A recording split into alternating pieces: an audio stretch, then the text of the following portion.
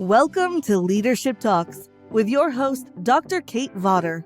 In each episode, Kate speaks with successful leaders across industries, real people, and local leaders. Each of her conversations explore different leadership styles, how people achieve unbelievable success, overcoming challenges, and how to become the best in the world. You can find this show at www.ascentsolutions.net and on YouTube, Facebook, LinkedIn, Apple Podcasts, Spotify, and more. Now here's the host of Leadership Talk, Dr. Kate Vawter. Welcome, Melissa. Hello. I'm so happy to have you today. Our guest on the show is Melissa Harlan, owner of Drink Me Tea Room. I can't say it without emphasizing the Drink Me in Tempe, Arizona. So, Melissa, welcome. How are you today? I'm doing well. I'm good. Thank you. Good. Well, I would love to learn a bit about, if I'm debating of do I want to start with the tea room? Do I want to start with you? And I'm going to choose you. I want to know what life was like before the tea room. Well, it was very different, that's for sure. Okay. Very, very different. So were you in industry? Were your parents? So all of those things, all of the above. My background is actually, I would say, customer service, customer experience, mostly with 3 big companies. I started out working with Disney at Disneyland when I was very young. Moved to working with Southwest Airlines for a while in their customer service reservation call center environment. And then I moved into a career with Verizon Wireless. And I did many things with my time at Verizon, but all corporate, very customer service, very customer experience focused companies. That's crazy, that through line of the really prioritizing the customer experience. And I know in the event industry, Disney is just all the gold stars, and so many people get sent to Disney training for customer service and experience. So I'm curious, what did you learn from the early days in your career that stuck and that you have infused, pun not intended, but here we are. Disney University definitely sticks with you. I have another employee that works with me as well, who also was a Disney employee, and we talk about it very often. The biggest thing about the Disney experience is that as an employee, you are all about your guest and you are on stage. So that is definitely something that sticks with me. All the details that go into a tea experience now really is something that I've taken away from that Disney University, but making sure all the details are cared for, surprising people in great ways, and making sure that there isn't anything detracting from what they're experiencing. And that goes to details in the tea room, how we set tables, or how, we don't want to make a lot of noise to disrupt someone's experience, or we kind of discourage kids at the tea room only because it can be very disruptive to the rest of our guests that are here, trying to enjoy a quiet time or reconnecting with their friends.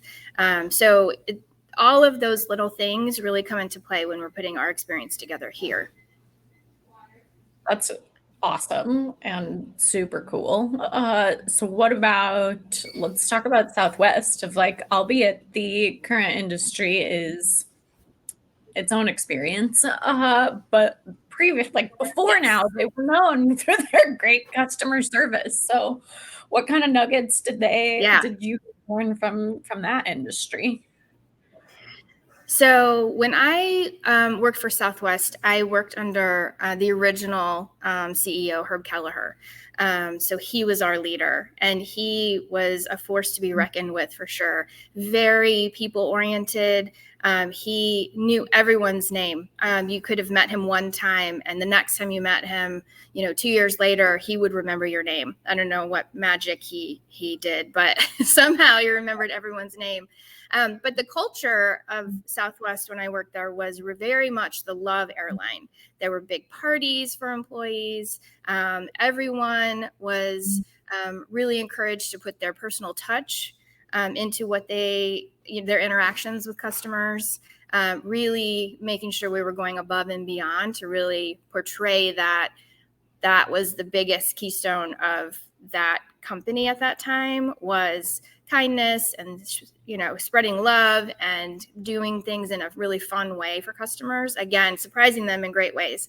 That's kind of where the singing flight attendants came from, or playing games on the flights. Or I know at one point in time, not that I would condone this now, but they had Shamu painted airplanes, and they would take the penguins on a tour sometimes. So penguins would go, fly and go visit other airports from SeaWorld. And now I feel very differently about that. But at the time, it was just all about fun and being kind and sharing the love. So it was a different kind of culture at that point in time with Herb at the helm.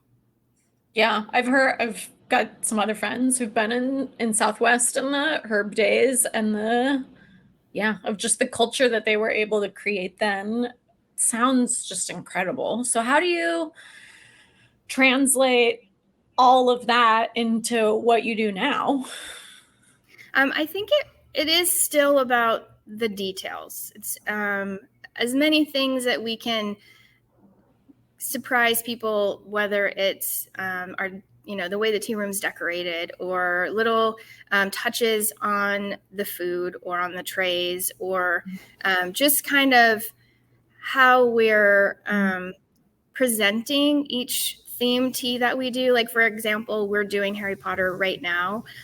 We have one more week of our Harry Potter tea for July, and we go around to each table and collect house points. And then at the end of the week, we celebrate which house won the house cup for that week, which is just another little thing that we do, but it's, really interactive. And I think people get really excited, especially for the Harry Potter tea. Everyone comes with their house colors for sure. So to celebrate that and acknowledge that in a fun way, I think is a nice surprise for people. It is. And I think it makes, as humans, we're all wired to want to connect and want to belong. And I think the tea room does a great job of both of those things. And that is a great example of that, of when people come, they're not just guests, they're a part of the family and they belong there. And in this case, get to celebrate their house and be a part of a bigger experience than just the tea that they're there for. So I'm curious how a successful businesswoman in big industry made the jump from what I'm going to call being, in the wheel of you have a job, you have a salary, you have a paycheck that keeps coming, health insurance, the whole nine of traditional career. So you went from that to being a business owner. What in the world happened to make or inspire the jump from industry land to the beautiful world of Drink Me Tea Room? That is a great question. That's always the big question. It was really unexpected, actually.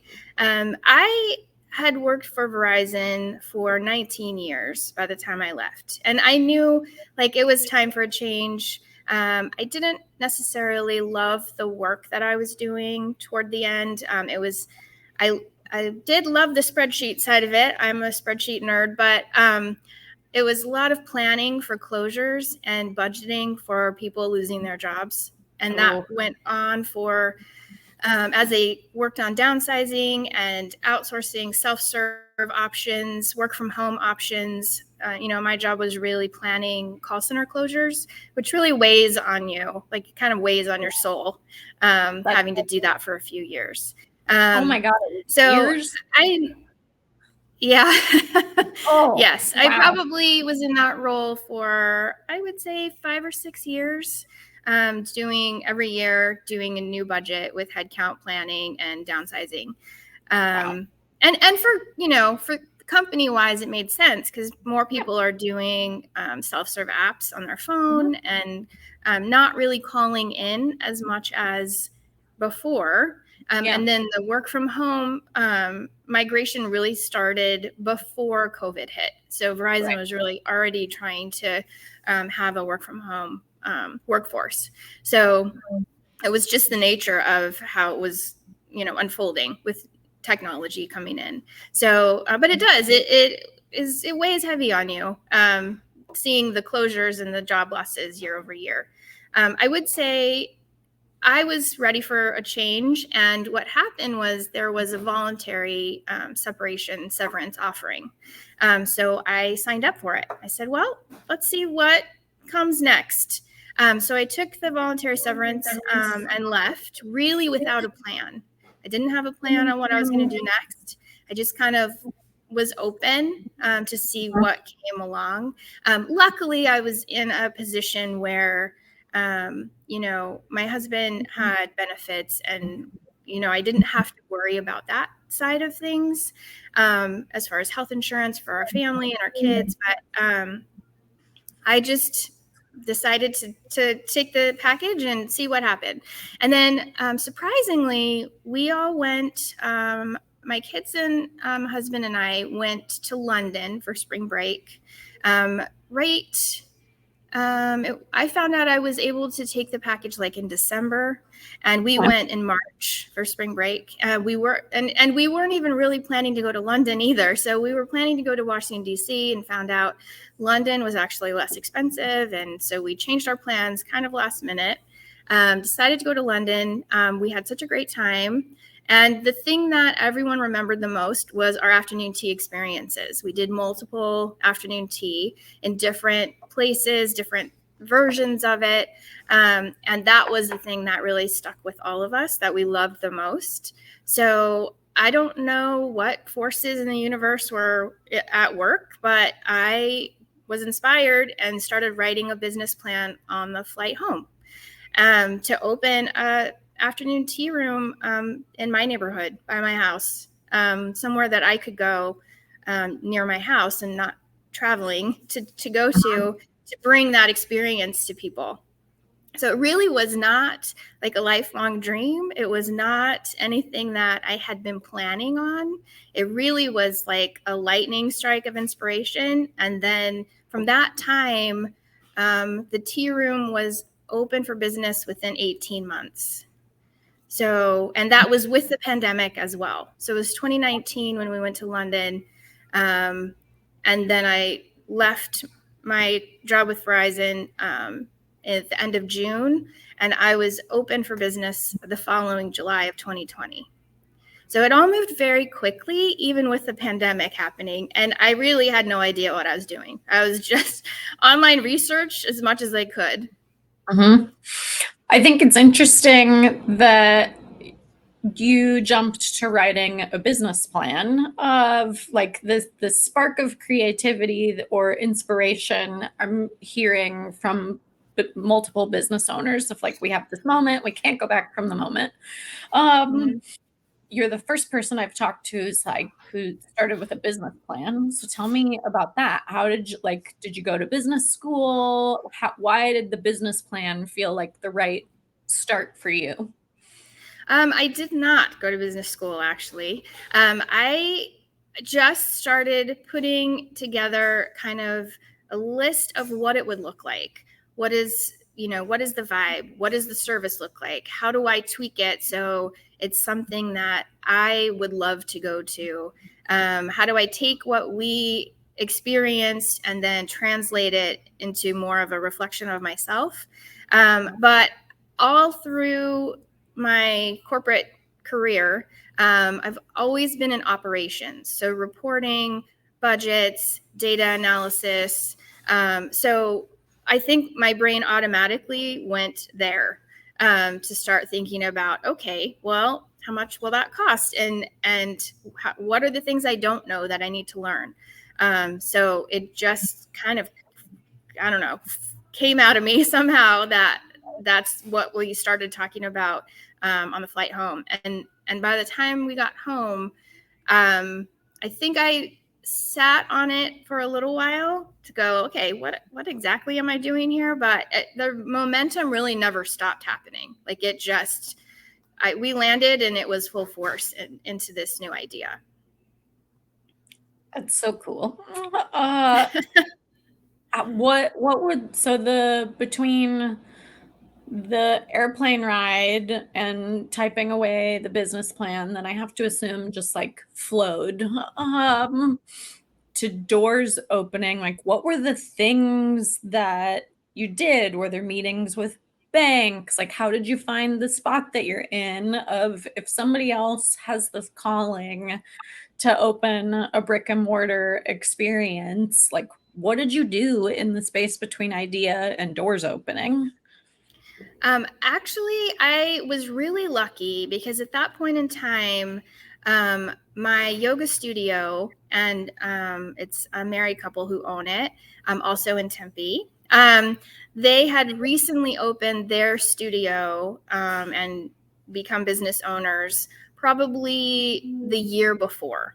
So they were fresh off of real estate, searching, build outs, cost analysis, construction, like all of these things. And they were so helpful and open and willing to share with me when I had so many questions about everything. They even really sat down with me when I was saying, I think this is what I want to do. Does this sound crazy? And kind of like just let me kind of work through it and kind of guide me through it a little bit. And so it was really helpful that they were so open to like sharing everything that they had learned opening their business as well. And that's really where it started. So like their real estate broker, they referred me there, and then I got connected with my broker now, who's tremendous, and just all through the process asking questions, and they were super willing to kind of guide me and help me. That was really the best way that I found. There was a lot of online research, and I'm really terrible at that for some reason. Googling things, I get lost in all the options. So there was a bit of that happening as well. But I would say having a resource of a brand new business owner as well was really tremendous. And so when I get emails or calls from people that are looking to do something similar or trying to start their business, I am always like very open to helping or talking people through like kind of what they're doing. You know, if they have questions, I'm always willing to talk to them to kind of see where I can help, because someone helped me so much when I was starting. Mm-hmm. Yeah, that sounds like a really special relationship and well timed. Like, thank you, universe, for the good timing. Yeah. So now how old is the tea room officially? The tea room will be 3 years old next weekend. Will there be a celebration? Well, I would say specifically yes for that, but we've completely sold out Harry Potter, so there's really no extra room for another celebration because it's already kind of crazy. The last 2 weeks and this week were completely sold out, so it's already a party, already happening. Woo! Super exciting. Well, on the woo note, let's take a minute to hear from our sponsors, and then we'll dive back into what's next for the tea room. Leadership Talks is proudly sponsored by Ascent Solutions, where we believe people are the best investment. Do you manage a team or own your own business?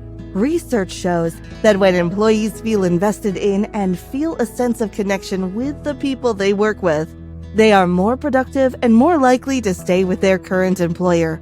At Ascent Solutions, we offer services including leadership coaching, professional development workshops, and brand development consulting, all of which are available in person or online. It is always the right time to invest in yourself and in your team. Visit us at ascentsolutions.net to schedule a complimentary consultation today. Welcome back. Oh, that break always feels really official. And also, just so all the listeners know, I drink a half a thing of water. I'm like, glug, glug, glug, glug, glug. Gotta get my water in this very short break. Anywho, carrying on. So the tea room is about to be 3, which I'm going to choose to celebrate on your behalf. We can talk more about that later. That's a big deal in business owner land. You're like making it into year 4 is a massive accomplishment. What's it like? Like what does it feel like to be you? What's business owner life like? Do you travel? Do you work 24/7? Like, tell us a little about the nitty-gritty of Melissa's life. I would say I basically live here. I'm here now. I basically live here. It is 7 days a week. I guess I am celebrating our 3-year anniversary with a trip. I am taking a vacation next week for a few days, so that's kind of rare. It's very rare. But yes, I'm here all the time. It's every day, which is exhausting, not gonna lie. Oh, yeah. It's tiring.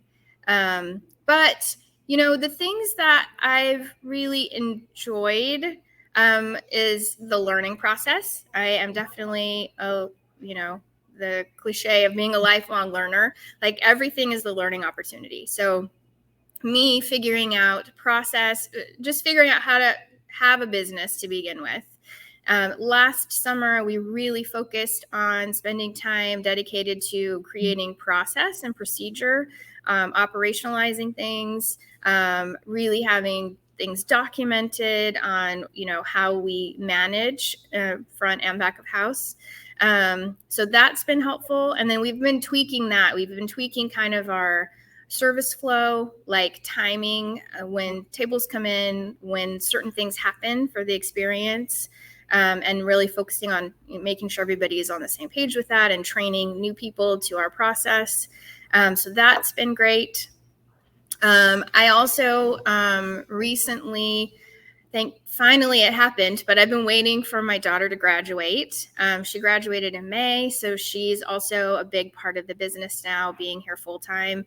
She's doing menu planning and managing our kitchen, managing our inventory. So that has been a great help, and it's really great to be able to work with her as well. So that's kind of been another recent change. And then I will say the interesting thing that I didn't really expect was I have a different voice now as a business owner in the community. I recently went through Tempe Leadership, so I'm also a recent graduate. In May, I graduated through the program, and then kind of learning so much more about Tempe and how it functions and all the great things about it, and just seeing how business owners have a voice in the community, and how to use that is really something I didn't expect. I really wasn't super engaged before with anything political or citywide, or because I was really focused on corporate job, which there's a lot of pressure in a corporate job, and then also I had 2 kids all through that time. So like, you just don't really see a lot of extra space in that life. And so now, as a business owner, I definitely see things through a different lens, obviously. But I can also see different ways to be involved, and kind of expand that community, which has been something I really didn't anticipate. And it's been really great. I'm continuing on with Tempe Leadership as well. I will be one of the class leaders for the next class that starts in September. And then I'm on the Tempe Leadership Council now as well. So that will continue. So that's kind of an outlet, actually. I know there's a lot of work involved with that, but that's kind of, gets me out of the day-to-day of, actually cooking in the kitchen, washing dishes, all of those kind of being in the weeds in my business. It kind of pulls me out of that and gives me a different perspective. And I think is helping me grow into a better business owner and community leader. So that's been something that I think has come from it that I didn't expect and has been really great. I love that. I want to take a brief pause for our listeners. I also am a grad of the Tempe Leadership Program. So just a note on these leadership programs. Many large municipalities have a chamber of commerce, and through those chambers, they often run what they call leadership programs. So for Tempe, the Tempe Chamber of Commerce has a nonprofit arm that is Tempe Leadership, and about 20 people a year can go through the program. So most big cities have similar structures of have a chamber with a nonprofit arm that has a leadership program. So if you are in Houston or Wichita or Cincinnati, you can Google like Cincinnati Leadership or Cincinnati Chamber and find similar programs like this, so that if you're interested in getting involved in the community and learning more about how that works, and just like similar to Melissa, having an outlet of sorts and a community, right? Of like it's relationship, it's growth. And so these programs exist everywhere. It's not just Tempe. So Tempe Leadership is great, but also no matter where you are, you can probably find a similar program. And if it doesn't exist, you could be the one to start it. Okay, thank you. Thank you for letting me stand on that soapbox. Yeah, of course. Okay, so Tempe Leadership, relationships, having, I hear you saying like life is busy, being a business owner, you wear many hats. And for you, one way to help balance it is like managing your business, but also having something else that you're responsible for, where you get to learn and you get to grow and maintain and build relationships. And having more than one thing to focus on is a way to be healthy and keep your brain and body in good shape. Mm-hmm. Awesome. Let's see. We've got time for a couple more questions. You mentioned that your voice has changed, of that now you're a business owner, and that comes with a different voice. That was surprising. What else has been surprising about business owner land? Of like, it's a title and it's an identity and it's totally different. So what things in this in this life shift have been a surprise, be it pleasant or not? I think a not pleasant surprise is the fact that it's really difficult for people who are not other business owners, or people that maybe a friend group or family members who don't understand the demand. And, they have different days off. I don't have days off, but, we're closed during the week a couple days, where everyone else has weekends off. And so the connection kind of falls away a little bit, I think, with past relationships, because the time constraint is so difficult. And without someone understanding, like, it is 24/7. And if people call out sick, I'm the one who fills in. And if it's busy and, something's going on, I'm the one doing dishes. There's really not a backup for me. I am the backup for everything else. So I think that has been a difficult one to kind of understand, like, okay, well, that's just how it is right now. I can't go to brunch with people. I can't go away for the weekend all the time. or ever, really. So that's a challenge. I would say surprising in a good way really is a different kind of community and networking that has come from it, of small business owners, of other people who either have similar or very different businesses, but the connection with those business owners has grown really strong and very supportive. And so that has also been great. It was challenging because I initially during COVID, I didn't have that at all. Mm-hmm. I only had, my yoga studio friends. Other than that, I didn't know anyone else that was a small business owner, and no one was really out there because it was COVID. Depending on what the business model was, or what the business was, whether people were open or they were quarantined and they were closed down, and there's so many changes that happened during COVID. So I didn't really have this kind of network of support, and that network has really grown tremendously as well. And I'm learning so much from everyone else, which I love more than anything, is learning from others and being able to connect with them. And even if it's just to commiserate about something like, oh, this is so frustrating. Our supply chain is going to be impacted by the UPS strike. And how do we plan for that? And just talking through things like that with other small business owners has been really great. So building that business network is kind of a surprise because they didn't have that to start out with because of all the other circumstances that happened. So that's been a great surprise. Those were both really insightful answers. Thank you for that. I think the point you raised about like you started this new thing and your existing relationships changed, and not all of them, right? But like when we do new things, we change and we grow and our schedules change and relationships change too. And yeah, it's of like whether that's going to grad school or taking a job in a new city, like anytime we lean in and make the choice to invest in ourselves and to keep growing, yeah, like the darker side of the coin is that some of those relationships pivot in ways that we didn't see. But I love your silver lining of what I'm going to call the business owners club, or even more specifically the lady business owners club.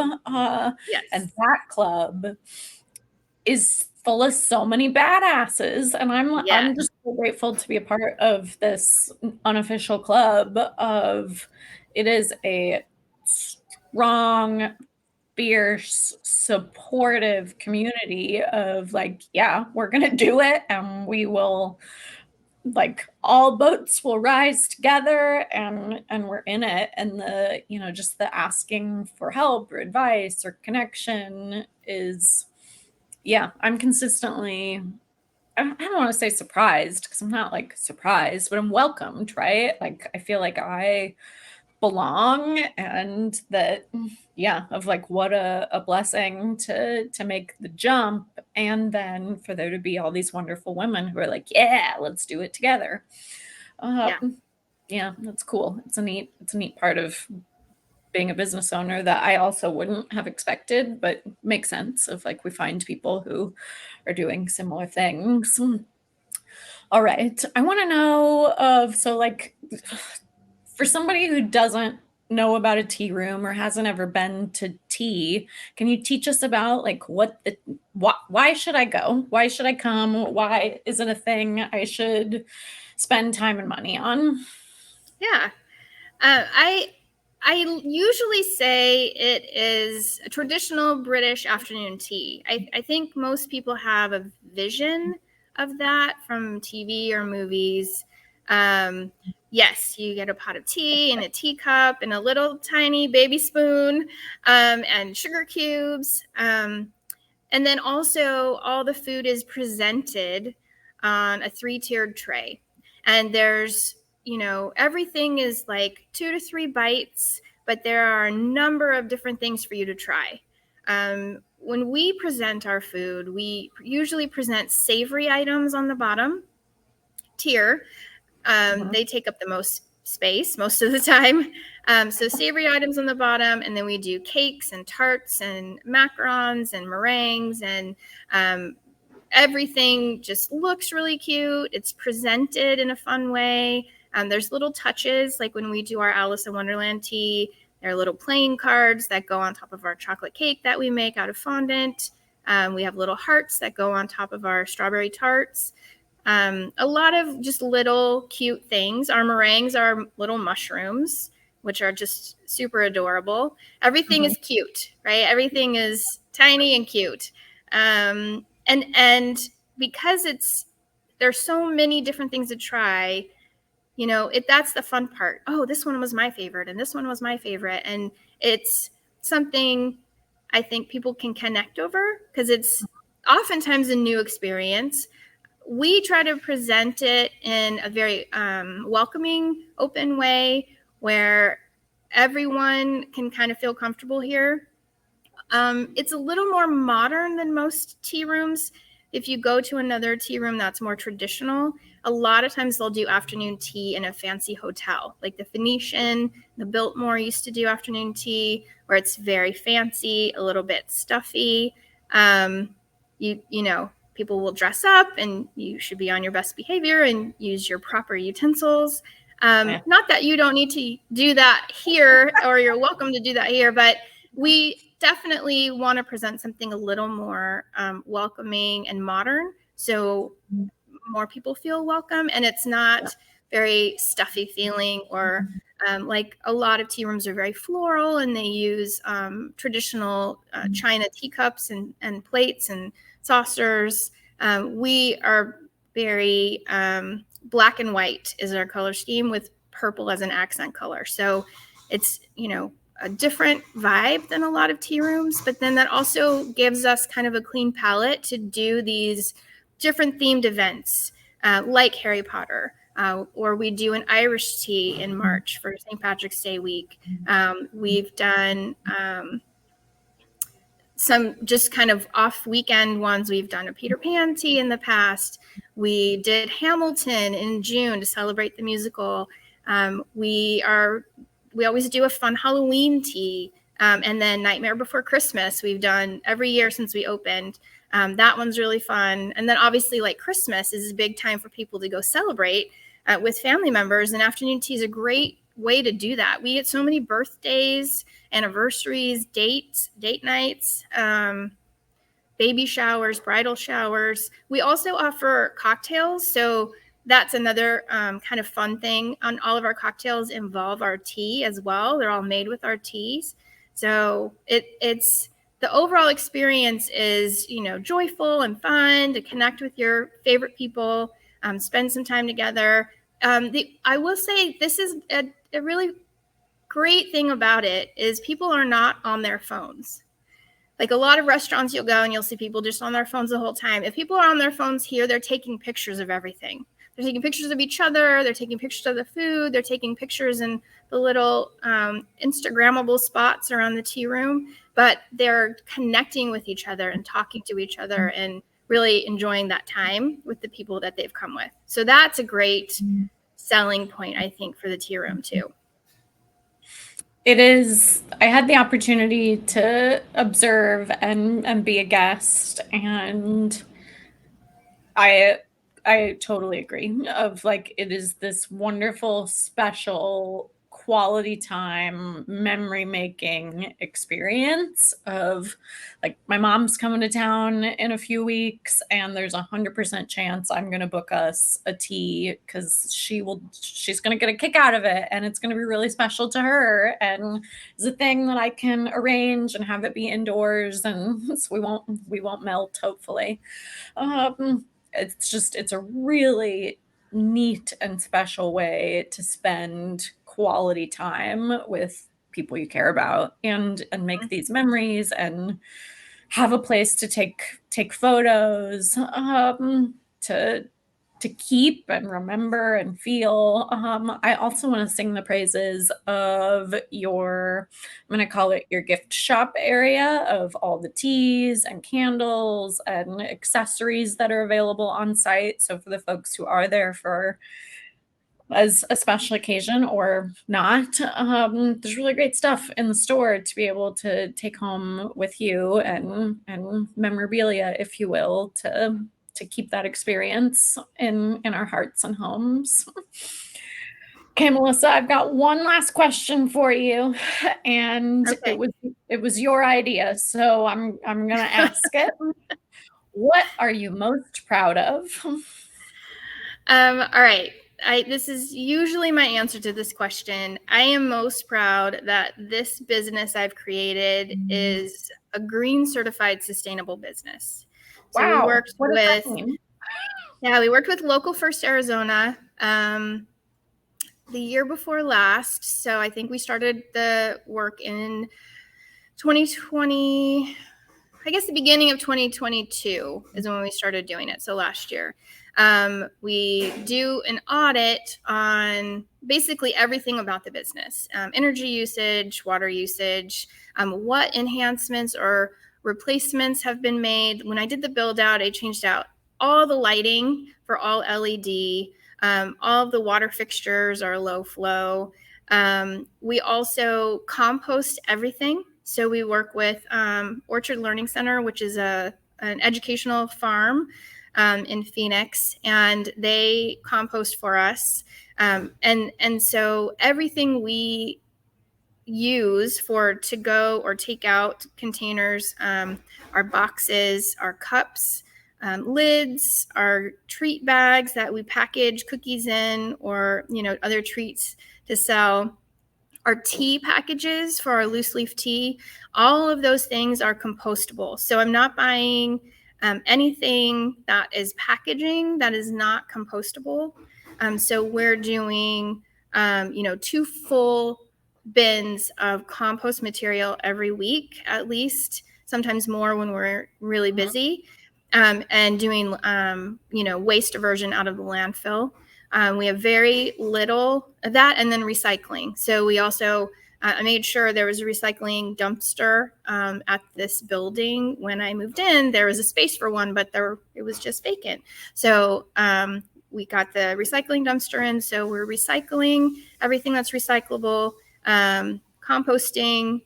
I would say 80%, 85% of everything we have. Our food waste is all composted, all of our tea leaves, and then all of our paper goods. Everything is purchased with intention and making sure that it's compostable. So we are doing landfill diversion.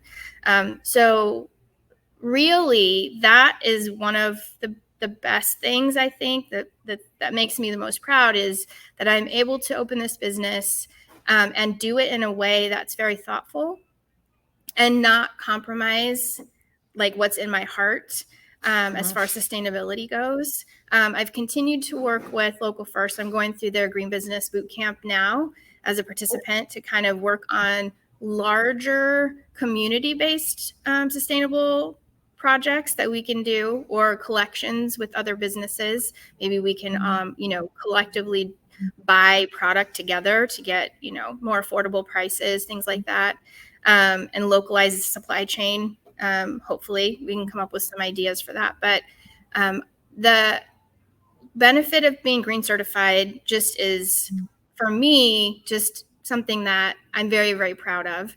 And then in 2022, we were named the Small Business of the Year for the City of Tempe's Resilience and Sustainability Program. So that was also really exciting to be recognized for that as well. Wow. That's incredible, and to me, super motivating, and shows that you can do it. Because I think a lot of folks in brick and mortar are navigating the space of revenue and expenses, and making the choice based on supply of what's where, and sometimes that does not put sweet Mother Earth at the center of choices. So I think that's really amazing that you've been able to navigate it. Yeah, I guess I did leave out kind of a big part of this business is that we are 100% vegan and gluten-free. I kind of forgot that part earlier, but that's me. I have that challenge every day going out to eat. I am both vegan and gluten-free, and finding the combination of those two things in other restaurants is very challenging. You can find one or the other, but the combination is very difficult. So I definitely needed it to be, it needed to be a place that I could eat, because I know the challenge every day. So that's also another thing that I think I'm proud of, is when we get feedback from guests that are, they have celiac, or their children have dairy allergies, or they're, for health issues, they can't or choose not to, eat certain things. We accommodate that, and usually it's not very difficult for us to accommodate that. Nut allergies, we accommodate all the time. Most of the time when we get somebody like, oh, I have a dairy and a gluten allergy, yeah, we got you, no problem. Nothing has to change. You don't miss out on the experience at all. Everyone gets the same experience. When I've gone to tea in other places and they accommodate me, most of the time I would say half of my tray is fruit. It is a very different experience from what my husband would get. So I didn't want anyone to feel that they were getting a lesser experience because of either their food choices or allergies. So that's also really important. I will say that over time, we do really try to plan how can we modify if we have allergies come up. So we really try to plan that in advance. So we ask questions ahead of time, so we know when people come in if they have allergies. There are days when we have people come in that didn't tell us in advance, and we can modify for them the best we can. But we do everything by a reservation, so we know, as soon as they book it, if they give us the information, we will plan for their tray to be accommodated. And it also alleviates the frustration point that I know I have very often, which is having to ask 1,000 questions about the menu. How in my brain, I have to figure out, how do I modify their menu to fit my diet? And people don't have to worry about that here, because we've already done it for them. They don't have to ask a bunch of questions. It's already cared for. And I would say most of the people have no idea that the food we serve is vegan and gluten-free. It's so good, and we get so many accolades about it. Most people don't even know. And sometimes, people with celiac will be like, are you sure? Like, you're sure this cake is gluten-free? And we're like, yeah, it's 100%, no cross-contamination. It's 100% dedicated gluten-free kitchen. So that's another big factor. And I think because we're vegan, and we also buy, the majority of our ingredients are organic, that is also leading into our sustainability, and how we're helping the planet by selectively purchasing specific ingredients as well. So cool. It's such a cool business, and you're so cool. And Thanks. I'm so happy that we get to be friends and do stuff like this together, because it's neat and it's special, and the food is, I'll keep my profanities in my head, but amazing. It's so good. Yeah, it's great. And no, I don't have, yeah, if I didn't know that it was vegan and gluten-free, I wouldn't know. Because it's just beautiful, wonderful, tasty food that's also organic and good-ish for me. Oh, well, Melissa, before I wrap this up, is there anything else you want to share with our listeners today? I know we have some new events we've started doing this year. We do the She Means Business group together once a month. We also are doing drag bingo events once a month in partnership with Drag Story Hour Arizona, which have been super fun. And our last one completely sold out.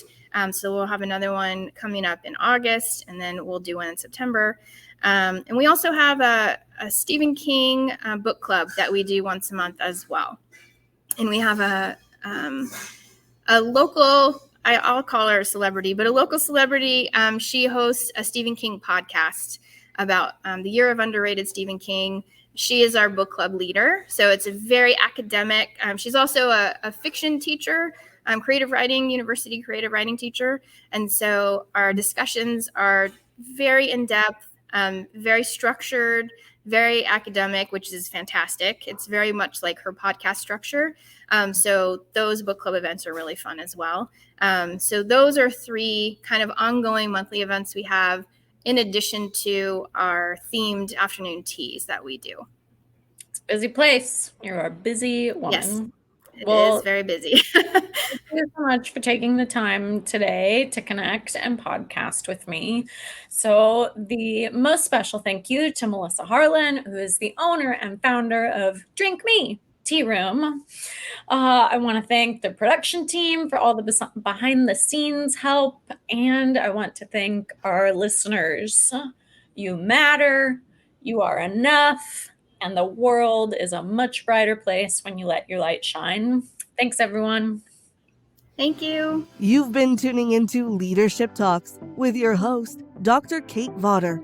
You can find this show and learn how to be one of the best in the world at www.ascentsolutions.net and on YouTube, Facebook, LinkedIn, Apple Podcasts, Spotify, and more. Thank you for your positive feedback, comments, questions, and for sharing the show with others.